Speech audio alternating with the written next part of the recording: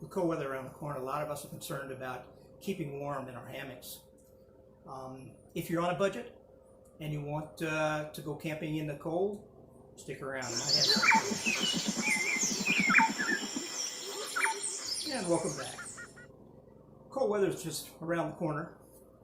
Getting out there with your hammock is something that we all like to do. Cold weather can sometimes stop some of us from enjoying the outdoors like we would really like to. Mostly because a lot of us are on a budget and can't afford these high dollar underquilts that are really wonderful things. But if you can't afford them, I mean, it's just going to take the fun out of the day, out of the camping event. There are a number of options out there within reason as far as the temperatures are concerned. This here is one of them, the Zefabak. This is a pod where your hammock is actually inside your sleeping bag. This is basically a sleeping bag. It has been modified by the manufacturer to allow you to put a hammock in it. Now it comes with a hammock, or I should say half a hammock, and I'll show you that when we show the pictures of the hammock out on the patio lot here. But you can use your own hammock. I mean, not one with a bug net on it, of course, but you can use just a regular hammock, slide it through this thing, and which is what I will be doing. Now, in the opening section of the headline on this thing, when you first saw it, it said about lost videos. Well, I actually recorded a video for this thing about 8-9 months ago, and somehow it got lost in the computer. And I did a scan recently to clean things up, and lo and behold, it popped up right where I put it. So I'm going to use some old footage, and we'll show you what's going on there with that. You'll see that, and after that, I'll come back and talk again today about this. Oh, and before we go watch this part of the old video, I did want to point out that I did have a major problem with this thing when it arrived. We had some damage done to it that looks like they had run out of thread when they were sewing it. I'm not sure why they didn't catch that or do something about it, but it got by them. Not only that, it had what looked like a magic marker mark on the inside material. That I could live with, but the other part was a bit of an issue. Why I didn't send it back, I'll explain that when we come back after the video. But now let's get out there and take a look at the video, and I'll see you. Of all the sleeping bags I've had, I've never had any problems with the structurally with them being a mess, but this one here really has a problem right here at the end of this drawstring for the around the hood and the chest area. You can see where it's all just pulled out of here, and there's the filling inside.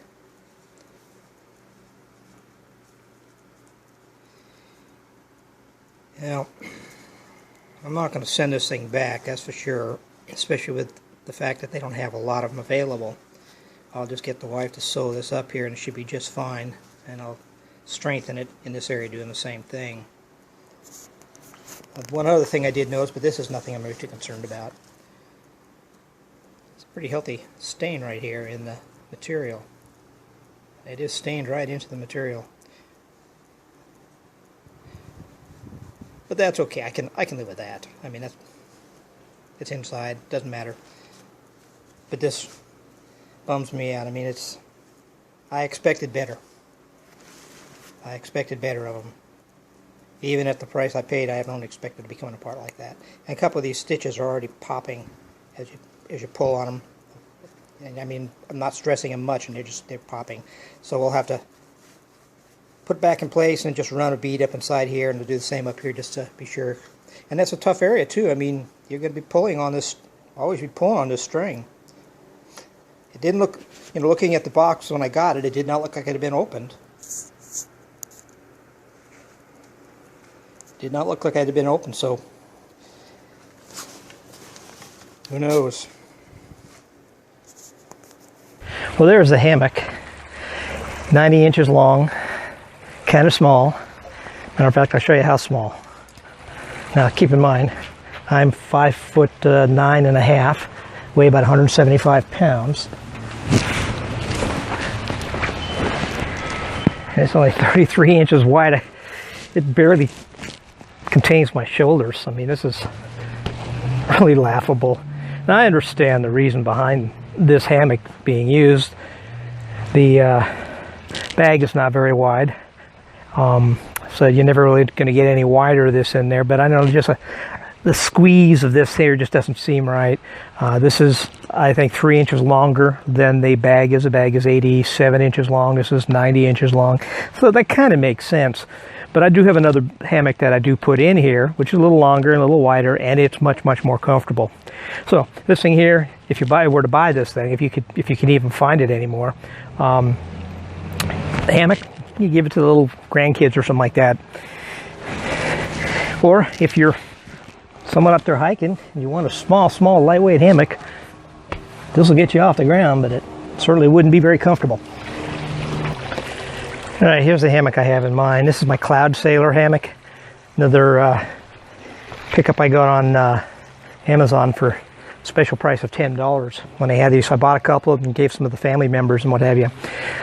This thing here is about 9 foot long and a good 4.5 feet wide. If I pull it, you can see that it's a lot more hammock here. Now, yes, it will probably be grabbing the bag here and here, but that's okay because I'm still going to have a lot more room in here, a little more comfortable. Won't be so much squeeze. It's not so much this that bothers me as it is the squeeze and how wide the hammock lacks. Now you can see what I mean though when I was saying that half a hammock. And now before I go and open this thing up and take it out of the stuff sack, I wanted to show you it's a good stuff sack, but this is it. This is as tight as it gets. It doesn't get any smaller than that. So this is a pretty massive size item to take you taking with you. Weight on this thing is, like I said earlier, is 4 pounds with the original hammock in it. It's going to be maybe a tad over that with the hammock I'm going to be using. Okay, here it is. I got it set up now, and it's set up with a proper hammock. And you can see it hangs a little here. Comes out a little farther here than it would with that other hammock I showed you. And I needed to add just a little loop here so there wasn't too much stress on this. Now, whether it's really necessary or not, I couldn't say, but I liked it this way. I trusted it like that. The base here, you can see how it goes through. And I get that cinched up pretty nice. So it cinches up nice and hold it. And I've been in this with this on here already. Then I came back out and wanted to see that it was whether it's spread or not, and it didn't. It stayed pretty good. And the same holds true on this end. You can see how it's cinched up tight and holding. Now here's where that tear was right here. And the repair has been done, and you know, I was in here and I tried to cinch this up as well as cinch the top up, and it was very difficult to do. I mean, it wasn't undoable, but it was very difficult. So excuse me, I would say if you do ever have one of these, pull one of these at a time. The other thing I noticed too is that this here is reflective, which means that it drags on the thing as you're pulling it. Not really sure why they needed to make that reflective. Probably thought it was a neat, cool idea, but it's really not a good idea for it. It's not really needed. And there's their logo, Zefabak. And what I did was rolled this thing over and put the zipper on the top to get in. And if you see this zipper, it's one of those zippers which just got the one pull, but the pull slides all the way around and goes back behind. Pretty cool. Found it a little easier to pull this thing up with this, so I could just have my hand on the one zip I could pull down and pull up from inside. And of course, attach that over, because if I didn't, this thing tends to, when it doesn't have a lock on it, so it tends to want to slide down a little bit. Then once you're in, you just pull this thing up and straight and you're ready to go.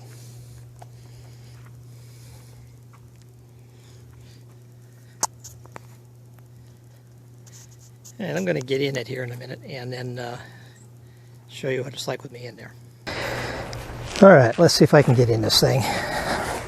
These things are not the easiest things in the world to get into.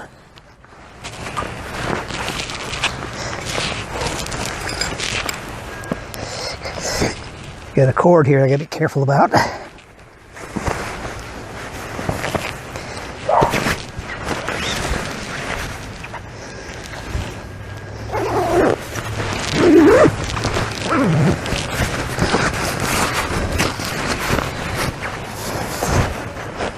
There we go.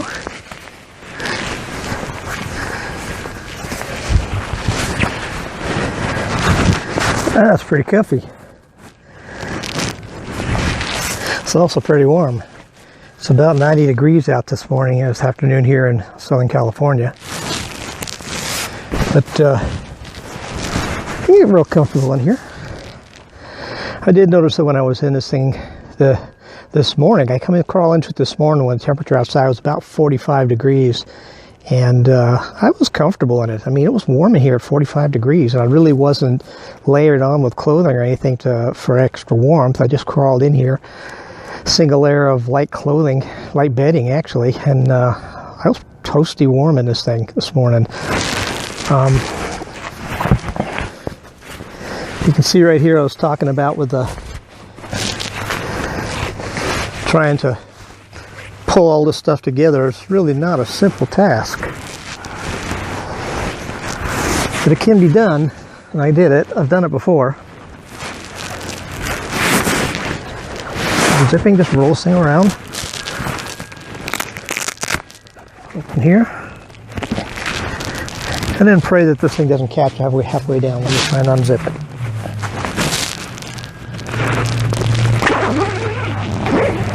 There we go. So it's not too bad. I imagine if I was doing this more often, it's only like the third time I've done this, maybe fourth. Imagine if I was doing this a little more often, it would be much, much easier for me to deal with.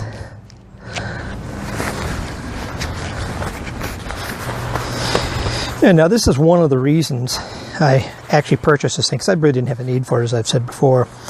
Wanted to see how they handled cutting into this. And it looks like what they've done is they've cut into the down here, and then they've put a tube around here and run some shock cord through it. And as I can see right here, as I showed you in the other spot, some of the stuff was coming loose. This is also coming loose here already. I'm not sure if it was like that from the beginning or not. I don't remember seeing it, but anyhow, you run your hammock through here, cinch it down till it's tight around the hammock. When you're not using the hammock in here, this little flap will just cover right over it. And let's look at the other end. A little larger flap here. Same situation now, where they've sewn it in right down here, so it'll force it to stay over it.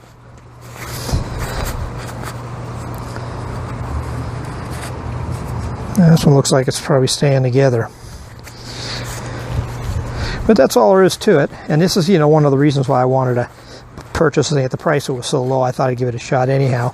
But I wanted to see what they did and how nice and neat the job came out. You can see they've got it's rolled over a few times all the way around it, hemmed over. And it does feel pretty stout there. Although I'm not totally impressed with the sewing in this thing. At every end of these shock cord lines are all wanting to come loose. And it does have a couple of these for hanging it up to air it out. Alright. Just so that you see that the little hammock that comes with this thing is not a total loss. It's small. You can use it as a gear nest underneath there. You can hang it up here. I just added a little bit of rope to it, and you can tie knots in it here to bring it up, down, whatever. Sort of like one of these, a daisy chain. And there it is. I can put stuff in it. So it's not a total loss.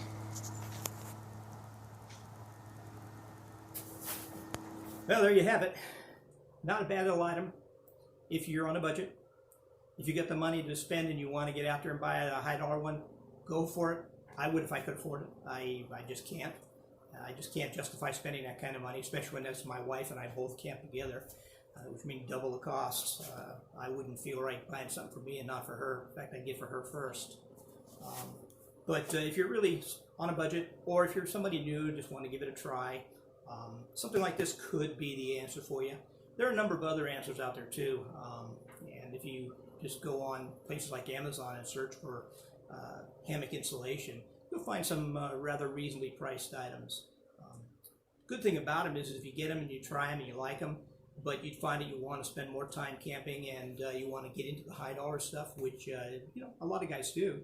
You've got something that's a loaner or something you can give to somebody else. I mean, you can hand it down to someone, which is probably what's going to end up with some of these things. I don't sleep with this type of thing. It's a little too tight for me, restricting, but it'll probably go to somebody that'll enjoy it. Now, as I told you why about keeping this thing instead of sending it back, these things are not easy to come by. It seems like there's a very limited number of them ever available on Amazon, and plus the price. The normal price on these things is around $39.99 or $40 thereabouts. When I bought this about a year and a half ago, I had been watching it, and they were going for $19.99, $20. And the first couple times I thought about it, and I even tried to buy one on the second time around, and they were gone. When I saw them the third time, I snatched one up, and the main reason was I wanted to see how they took the mummy bag and modified it, and which I showed you in the video. And I was impressed with the way they did it. I just wasn't too impressed with the quality of the sewing. But I picked it up, got the thing for $19.95 and $19.99 rather, and a few days later I went and took a look, and they were gone again. The next time I saw them was probably 4 or 5 months later, and they had gone up to the $40 price range. I do know that they go down and they go up, which everything does on Amazon. So if you're interested in something like this, keep an eye out for it and see if it does drop down into that $19.99 price range again. It might just do so. Would I go out and buy this one at $40? You know, that's tough to say. I probably wouldn't, because I wouldn't have a use for this anyhow. But at $20 range, I figured, what the heck, I'd give it away or whatever I do with it. I just wanted the education of how they modified it. But there are other options out there that cost around the same or a little less that I would probably step up to first. There are a few underquilts that you can buy that are synthetic, but they work well, and I did buy one of those, and I did do a video on one a while back. I would probably take that before this. And there's another one of these out that I see it's around $33, and it looks like that one would be one I would probably step up to before I buy this. I'll leave a link to that one down there in the notes below. I'll leave a link to this. Right now it's unavailable, but it will come back most likely. These people have some commercials on YouTube also, so I imagine they're fairly serious about their product. So with that in mind, the cold weather is coming, and this could be an option, or something like it could be an option. I don't want to see you guys not get out and enjoy the time you can have out there. For the price of this kind of thing, you get half a season out of it or so. Hey, great, it's worth it. All right, one last thought. Since I did the video, I've had an opportunity to use this a number of times here in the backyard. I haven't taken this camping. I use other equipment when we go camping. I live in Southern California, so temperatures in our area never get too drastic. But I have had this thing down in the 30s range. It works fairly well at the high 30s and up into the 40s all by itself. I did get it down to about 34, 35 degrees one evening out here. And what I did was I actually used one of my other pieces of equipment in conjunction with this. I took a Snug Pack jungle blanket, and you can use any kind of blanket you want, a wool blanket or those Costco froze that they have that popular people have been buying. But what I did is I took that and put it in the hammock with me, draped it over myself, and then down the outside of the hammock, and then just tucked everything underneath there. And I was, the mid 30s, a little lower than the mid 30s, and I was comfortable. In fact, I was actually a little sweaty in there. So it can get you down to those 30 degrees Fahrenheit range. But if you're living in an area where you're looking at zeros and stuff like that, I can't say what it'll do, even with something to boost it. That's something only you can tell. And of course, everybody sleeps differently. I tend to sleep a little cold. A lot of people sleep warm, but with me, I probably couldn't take it any lower than I did. But you might be able to. Anyhow, thanks for watching, and I'll see you in the next video.